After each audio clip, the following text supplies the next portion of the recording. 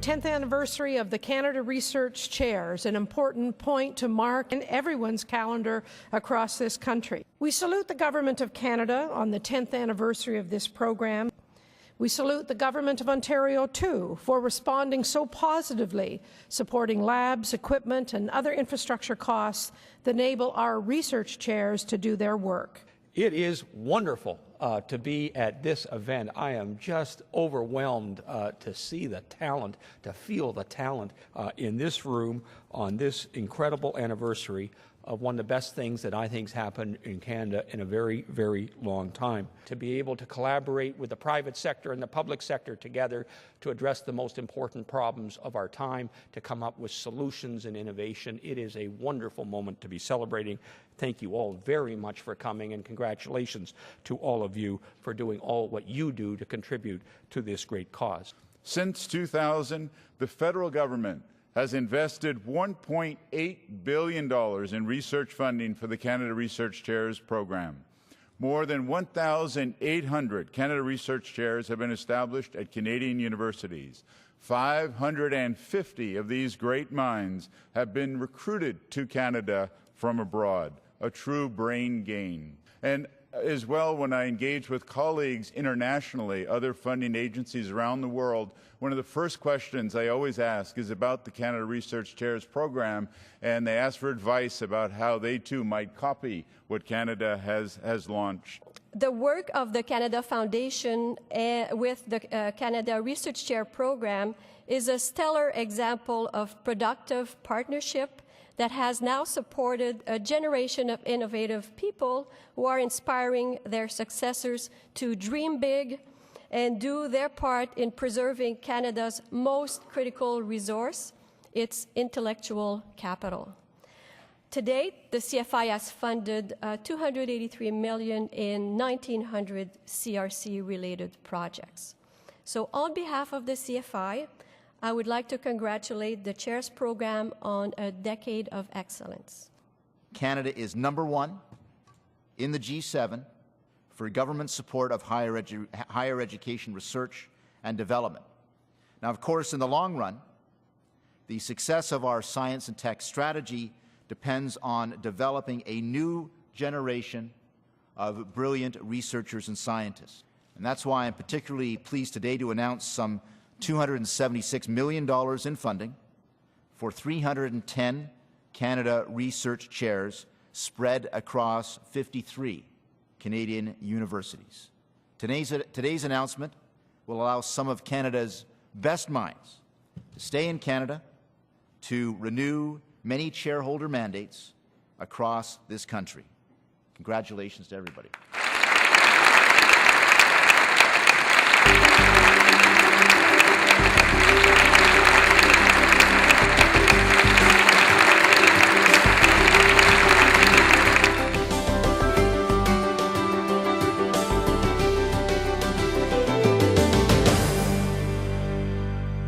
Well, going back 15 years ago now, the federal government put in place one of the first programs, the Canada Foundation for Innovation. It was followed by this program, the Canada Research Chairs, not to address bricks and mortar, but to address people and talent. The country was in a situation of a considerable brain drain, being picked up by other countries. This program turned that around with 2,000 chairs across the country. We were able not only to keep many of our most talented in our research sector, but we were able to attract back to Canada people that had left, and we were able to attract international minds and talent to the Canadian enterprise of research and development. Now, there are two types of Canada Research Chairs. Tier 1 chairs are tenable for 7 years and renewable indefinitely, and they're targeted to established researchers who have demonstrated international leadership in their field. And the second type of chair, Tier 2, is for emerging researchers who have demonstrated potential for international leadership. Those are tenable for 5 years and are renewable only once. For Tier 1 chairs, the university receives $200,000 a year, and for every Tier 2 chair, the university receives $100,000 every year. Yeah, 10 years after the program was created, we are seeing definitely the impact of the program. One of the key aspects of the program is that universities are encouraged to be strategic about the use of their Canada Research Chairs, to allocate their research chairs in areas of strength or to strengthen capacity in certain areas, and that has put Canadian universities on the map internationally as centers of excellence in certain fields. The other thing that we've seen is that CRCs, because they are international leaders and known in their field, they're magnets for talent. And so they've been able to themselves attract the best students to work with them. And these students get opportunities like no other to work with leaders, to participate in conferences and learning experiences, to work with equipment, and to really grow and train as researchers. So my research is focused on children with the most severe disabilities. We're looking for ways to enable them to interact and to communicate. These are children that don't have speech, they don't have movements, and we're basically looking at the different body signals that these kids have that actually give us cues in terms of their preference, in terms of their functional and communicative intent. I'm interested in technology and the ways in which it's impacted on the recording and the dissemination of music. I look at digitization. In the past, I've researched digital musical instruments, samplers, synthesizers. So I study how watersheds function, how they process water, how long does water reside in the watershed, what flow paths does it take, and how does it travel to the stream. So what our team is doing is we're developing a new process, a paradigm-shifting technology called a copper chlorine cycle, and that enables nuclear-based hydrogen production. Well, my research generally is on international human rights. In the first 7 years, I worked on reparations to Africa, political apologies, globalization and human rights, and economic human rights in Canada and the United States. From production planning to process planning to integrating products to manufacturing systems and some new paradigms in manufacturing systems. My research work is focused on converting low value biomass into hydrogen.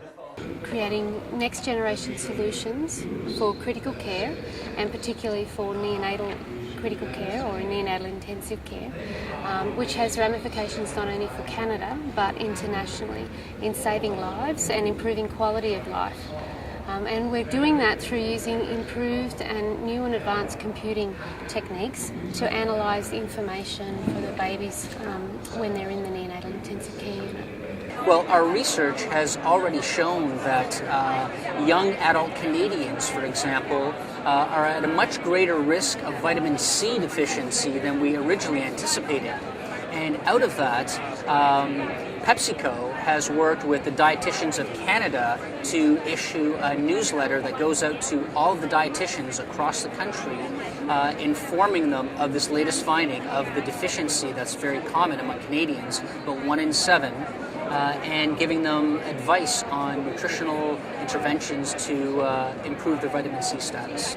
Well, it's benefiting Canadians because if we, as a high-cost manufacturing country, Canada that is, and Europe and the US, if we can manage our manufacturing resources, if we can be innovative enough about how we manufacture and what we manufacture, such that we can keep the high-value manufacturing jobs here and not have to go to the Far East to manufacture, then we are benefiting manufacturing a great deal. And my infrastructure is developing new arts content management software to make intellectual property law work better, to help us to build and to share Canadian cultural heritage. So that's a concrete contribution because we are making the software available because it is open content software. We are making the tools, these art content management systems, available to arts organizations anywhere in the country. And we're making more cultural content available to Canadians generally using this innovative software, and helping people both follow the law but without being intimidated by the law of copyright. And so, to say a core component in terms of what I've been trying to achieve with my research, and the same is true for many of us within this group at University of Ottawa, is to ensure that the public as a whole has the opportunity both to access and engage and then use the kind of knowledge that's being developed for their own purposes, whether that's to become better informed about what some of the laws and regulations are in Canada, or to become more politically active as some of those laws and regulations hold the prospect of change. It definitely has a impact to mum and dad Canadians all across the country, that if they're unfortunate enough that their baby is born premature, we're doing everything we can that they survive and a good quality of life. And for the hospitals, for the governments, that can mean reduced healthcare costs, reduced length of stay, reduced movement of these patients for transport, and all of these have benefits to our society. It's benefiting in a number of ways. Through the technologies that we're developing, we're optimistic that we'll be able to create economic growth and new jobs, possibly a new industrial sector of the future, which is clean fuel production. Again, going back to hydrogen and the potential that it has, it's through the technology and the Canada Research Chairs program, we're developing something that will be able to be commercialized, I think, in the near future, creating jobs and benefiting local industries that, and in turn, can use hydrogen as a clean fuel and reduce their energy costs, reduce their emissions, creating jobs. That's the idea. Well, I've been very fortunate to have held a CRC since 2003 and went through one renewal cycle.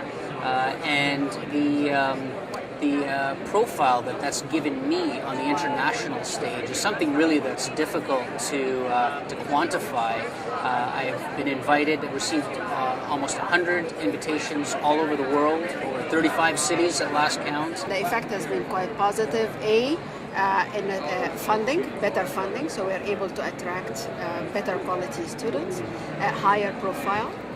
Better equipment in the labs, so we are able to expose students to the best and the latest in technology, have them trained on this in this environment. So it's generally generating an environment that's conducive to excellence and to innovation and interaction. It allowed me to increase the number of my research group, the number of students that are trained. The Canada Research Chair program has been really instrumental in allowing me to take on large projects and to take on projects that are deep in a sense that they're multifaceted, they're complex, and it really takes the work of 2 or 3 people working together. So I've been able to hire research assistants. Well, basically it's allowed me to have the infrastructure in place that I can carry out effective research both in the lab and field through developing a state-of-the-art laboratory facility at the University of Waterloo. It's very, very hard to do internationally leading research when you teach 3 courses, very large classes without help. So the Canada Research Chairs program kind of provides the time. The Canada Research Chairs program has also been invaluable in being able to involve postdoctoral fellows whom we have here, doctoral students and even undergraduate students in the research process itself. So we do collaborations, we are able to fund students, and that again is invaluable to kind of setting those students kind of on their way into their own careers. I think it's immeasurable how much the Research Chair program has actually helped us from everything from attracting industry partnerships to attracting students, to building infrastructure. I mean, the benefit to our research program has just been immense.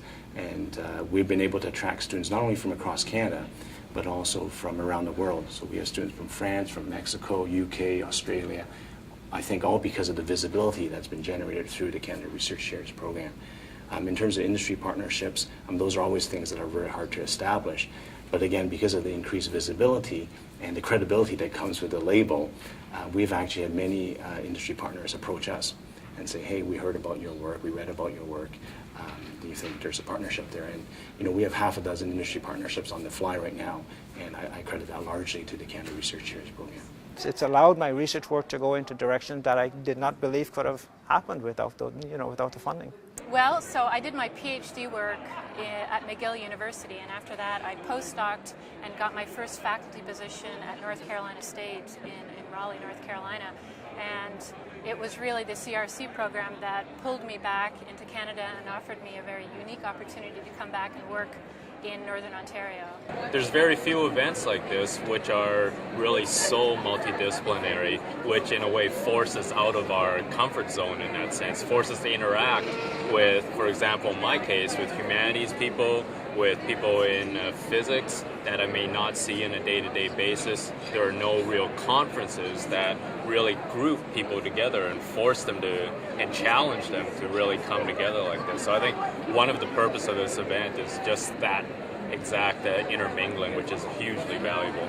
It's really quite good. It's very nice. You know, it's about time that we get together, and you look at the sheer number of the brain power in that theater this afternoon, and not only the chairs but also their students and their PDFs and so on.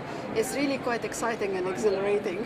To bring them all together into rooms like this, where we can present our own perspectives on issues and we can tease out some of the commonalities, some of the differences, and engage in debate, is a unique opportunity that frankly few countries are now in a position to emulate because of just how big the CRC program has become and how admired it is. CRC, in terms of the next 10 years, I see the CRC expanding the scope of my work.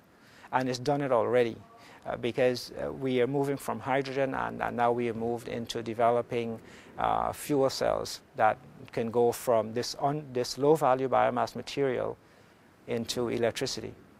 So it can be used as some kind of compact unit. Next 10 years, yeah. Well, let's hope that it will be doubly as large, that we'll have many more Canada Research Chairs Tier 1. I think that's important too, and many more Tier 2s as well. I think it's a wonderful opportunity for young scholars who are emerging stars to kind of get that chance to get the resources, get the time, so that they can really push forward, so that Canadian research can be competitive and a leader in the world. We need that support for that.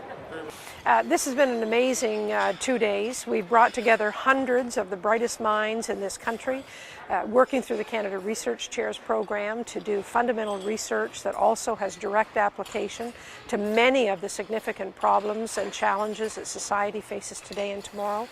Bringing them together shows the talent and the enormous potential that this country can take in terms of a world stage in solving issues that face all societies. But I think most importantly, it demonstrated where the various connections are in this research from field to field and discipline to discipline. It also emphasized the importance of the collaborations with government, with business, with the social sector. If we're going to move forward on the innovation agenda, it's not just about entrepreneurship as it relates to the market and business enterprises, but social entrepreneurship and social innovation. I am confident about the program. The world is about the talent race. I think there's no one that doesn't deny we need to keep it moving forward. Have a look at me, please. We're doing great. Thank you very much. Appreciate it. Big smile. My first job. Thank you very much. Smile. Appreciate it. Smile.